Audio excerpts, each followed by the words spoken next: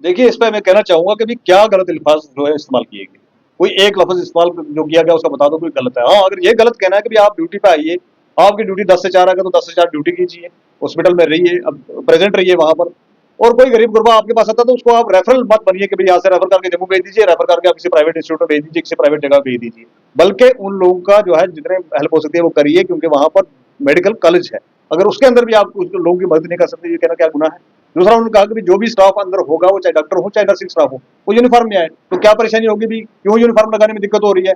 Uniform लगाएंगे तो लोगों को पता चलेगा कौन डॉक्टर है, कौन नर्स है, कौन कहाँ पर क्या कर रहा है। तो वो एक नेक्सस जो वहां पर चल रहा है, उस नेक्सस की तारें हिल चुकी हैं, उसको लेके ये एफआईआर की गई है। और हम इसको कंडेम करते हैं और स्ट्रांग लफ्जों में कहना चाहते हैं सरकार से भी और वहां के एडमिनिस्ट्रेशन से भी कि भाई किस बेस पे आपने एफआईआर डाली है। एफआईआर लगा के आप क्या इनका संरक्षण करना चाहते हैं माफियाज का। क्या एडमिनिस्ट्रेशन उनका जो संरक्षण ले रही है, और क्या एडमिनिस्ट्रेशन चाहती है कि भाई इन गरीबों के लिए, मजलूमों के लिए कोई आवाज ना उठाए।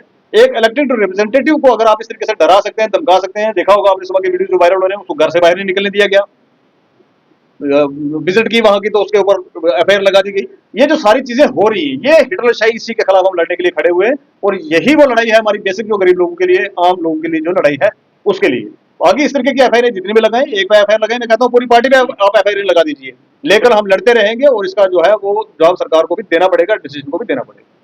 क्या किया जा सकता है उस आदमी को, सुन लीजिए सुन लीजिए सुन लीजिए सुन लीजिए, महिला को नहीं बोला गया, एक एम्प्लॉय को बोला गया जो अपना काम ढंग से नहीं कर रहा है। इस बात को समझना होगा और इन चीजों को एब्रीवेट करना होगा आपको। कि महिला को बोल दिया तो पता नहीं क्या होगा। भाई साहब, आपको इतना महिला का वो उसका लग रहा है उसको कि भाई बड़े गलत लफ्ज इस्तेमाल हो गए, तो आप 10 से 4 क्यों ड्यूटी पे आते वहां पर। पिछले 18 साल से आपकी पोस्टिंग वहां पर क्यों है, क्यों नहीं वहां से आपको ट्रांसफर किया जा सकता। और वही काम जो आप हॉस्पिटल में नहीं करते, वही नर्सिंग जो है वहां पर दूसरे प्राइवेट हॉस्पिटल में जाके क्यों करते हो। क्या गलत लफ्ज इस्तेमाल कर दिया, अगर आप कहने से नहीं समझोगे तो घसीट के निकाले जाओगे। इसमें क्या दिक्कत है भाई, आपको क्या परेशानी है, इसमें क्या गलत लफ्ज इस्तेमाल कर दिया क्या कि घसीटने में कोई दिक्कत आ गई।